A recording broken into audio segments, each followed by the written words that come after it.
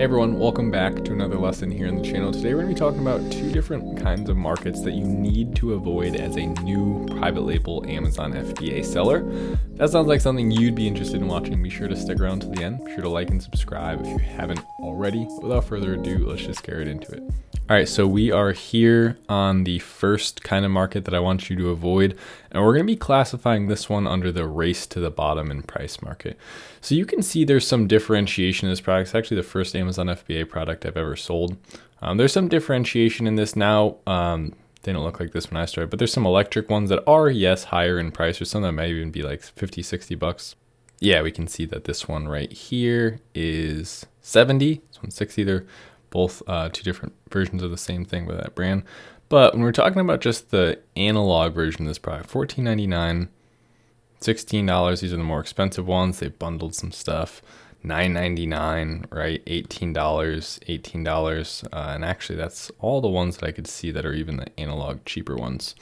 So what people are doing, this person's probably the person who's selling a really expensive thing. I would imagine they might have even started that design with a supplier. This brand was around when I was selling. They were really into this space.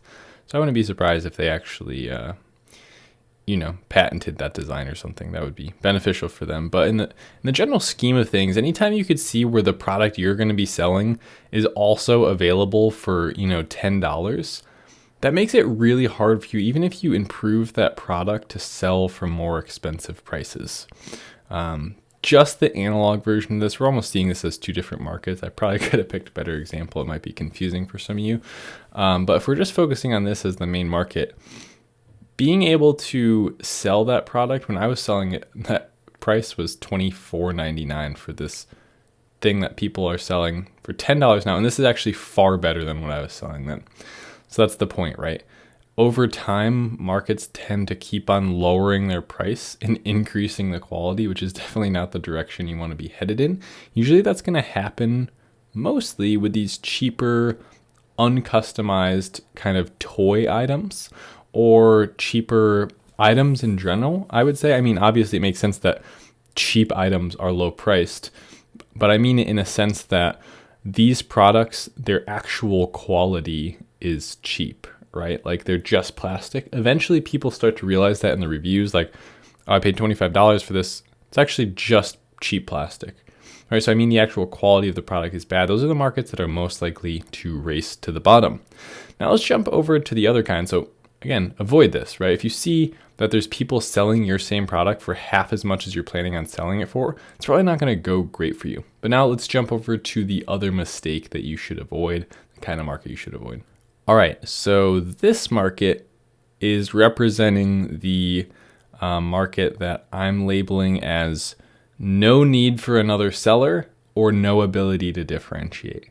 So really, it's like these two or three things are the ultimate, do not do this checklist for a beginning Amazon FBA seller. This kind of market right here, when I look at this as a customer, I'm actually overwhelmed by how many different options I have, right?